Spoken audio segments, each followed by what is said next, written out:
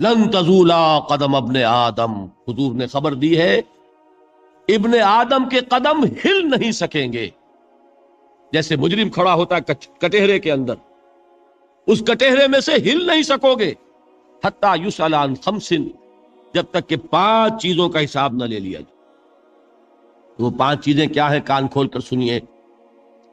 عن عمرہ فیما افناہ، عمر کا حساب دو، یہ 80 برس اور 70 برس ہم نے تمہیں دنیا میں دیے، کہاں ضائع کیے.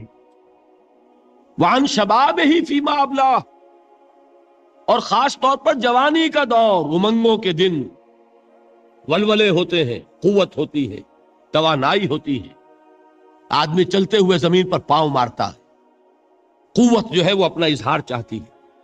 یہ جوانی کہاں گلائی؟ حساب ایک ایک لمحے کا حساب دو.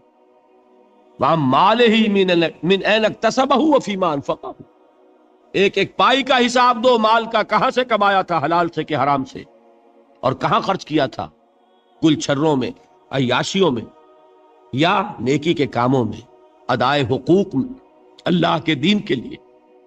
4 سوال ہو گئے. 2 زندگی کے بارے میں، ایک زندگی پوری بحیثیت مجموعی کہاں کس کام میں لگائی، اور خاص طور پر شباب کا دور کہاں لگایا. 2 سوال مال کے بارے میں، کمایا کہاں سے، حلال سے کہ حرام سے، جائز سے کہ ناجائز سے، خرچ کہاں کیا. اور آخری سوال وَعَمَّا عَمِلَ فِيمَا عَلِمَ، جو علم حاصل کیا تھا اس میں عمل کتنا کیا. علم کے انبار لگاتے چلے گئے اور عمل کے آغاز کی بھی نوبت نہ آئی. یہ علم جو ہے یہ اس روز سب سے بڑا وبال بن جائے گا. انسان اتنا علم اور عمل کچھ نہیں، بجائے کہ کریڈٹ کا ذریعہ بنے یہ الٹا ڈیبٹ کا کھاتا بن جائے.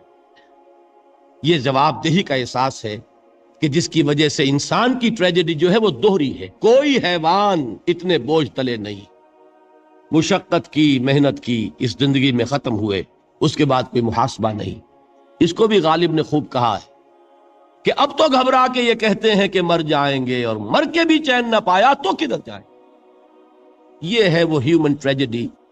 اب میں آپ کو توجہ دلانا چاہتا ہوں، ایک تو گوتم بدھ کا فلسفہ، اس کے فلسفے کا مین تھیم یہ ہے سروم دکھم، آل از پین، آل از سفرنگ.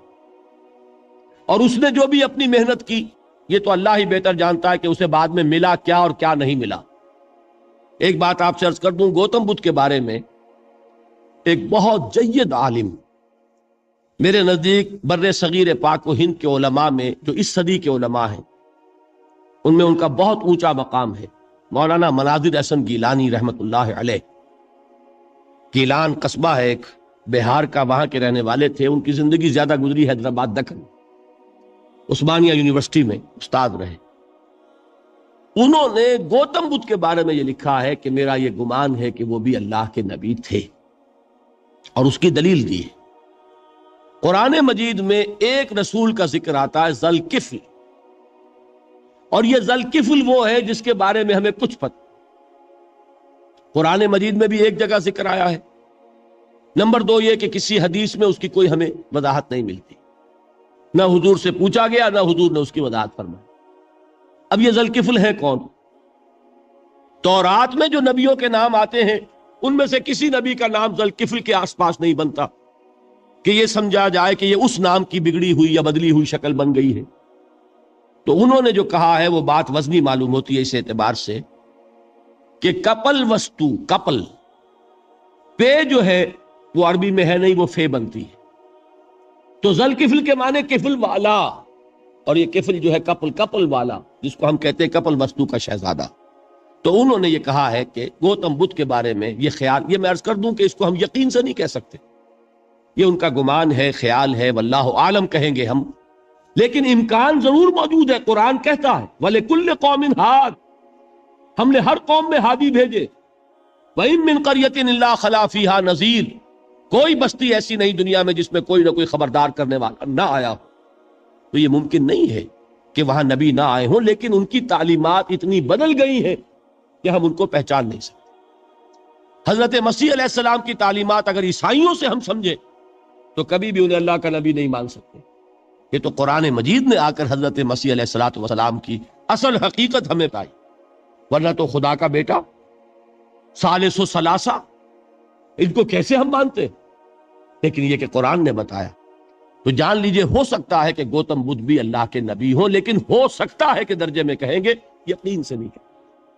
بہرحال گوتم بدھ نے اس دکھ، رنج، صدمہ، غم جو انسان کا مقدر ہے اس کا مشاہدہ کیا، اور پھر تپسیائیں کی، علم حاصل کیا، رشیوں منوں کے پاس گیا، اس نے کوشش کی کہ معلوم ہو سیلویشن کا راستہ کون سا ہے، اس دکھ سے نجات پانے کی کوئی سبیل بھی ہے کہ نہیں، اس غم سے، اس نجات سے، اس اندوہ سے انسان کسی طریقے سے چھوٹ سکتا ہے یا نہیں۔ اسی کو سیلویشن کہتے ہیں انگریزی میں، اسی کو ہندی میں نروان کہتے ہیں، اسی کو عربی میں نجات کہتے ہیں۔ ان نجات معلقۃ بمجموع هذه الاشیاء، میں نے امام راضی رحمت اللہ علیہ کے الفاظ میں آپ کو وہ لفظ بتایا، نجات کی راہ۔ اچھا، جدید فلسفوں میں جن حضرات کو دلچسپی کی بات ہے انہی کے بارے میں عرض کر رہا ہوں، جدید فلسفوں میں بھی ایک فلسفہ ہے وجودیت، ایگزسٹانشلزم۔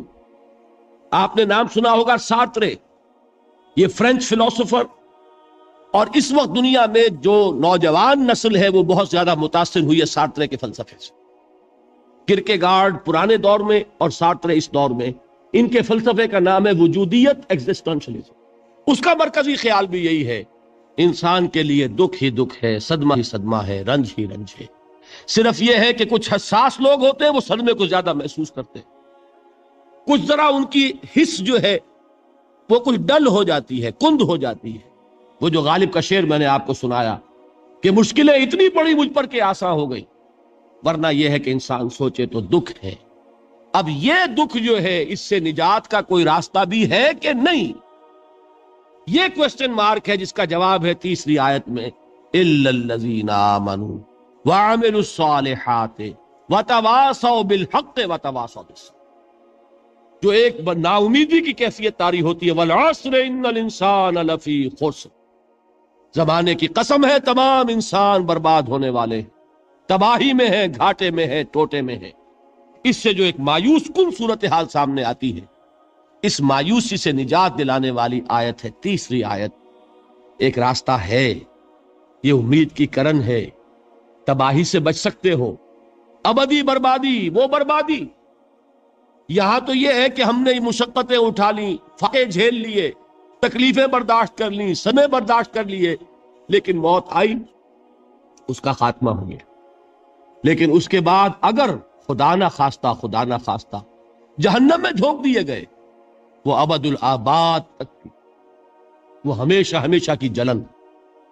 قرآن کہتا ہے کہ اگر ایک کھال جل جائے گی، جھلس جائے گی، اللہ اور کھال دے دے گا۔ دیکھیے، یہ بھی جدید دور میں آپ کو معلوم ہوگا، بورس بکائی نے جو کتاب لکھی ہے، دی فرینچ سرجن، اس نے ثابت کیا ہے کہ قرآن مجید نے جتنے نیچرل فینومینا کا حوالہ دیا ہے وہ بالکل سائنس کے مطابق ہے۔ آج ہمیں یہ معلوم ہے کہ حس جو ہے وہ صرف کھال میں ہوتی ہے، کھال حساس ہوتی ہے، کھال اتر جائے نیچے جو ہے گوشت جلے گا، آپ کو تکلیف نہیں ہوگی۔ معلوم قرآن نے کہا ہے کہ جب کھالیں ان کی جھلس جائیں گی، ہم نئی کھال دے دیں گے تاکہ وہ سوزش جو ہے، وہ جلن کا احساس برقرار ہے، وہ ختم ہونے نہ پائے۔ حالانکہ اس کی ضرورت نہیں ہے، اگر اندر کا گوشت بھی حس والا ہوتا تو پھر کھال دوبارہ عطا کرنے کی ضرورت نہیں ہے، گوشت جلے گا، اس سے بھی جلن کا اور سوزش کا احساس ہو جائے۔ لیکن قرآن کہتا ہے کہ نہیں، کلما نضجت جلودہم بدلنا لہم جلودا غیرہا، جب ان کی کھالیں جھلس جائیں گی، جل جائیں گی، ہم ان کی کھالیں بدل دیں گے تاکہ وہ سوزش برقرار رہے۔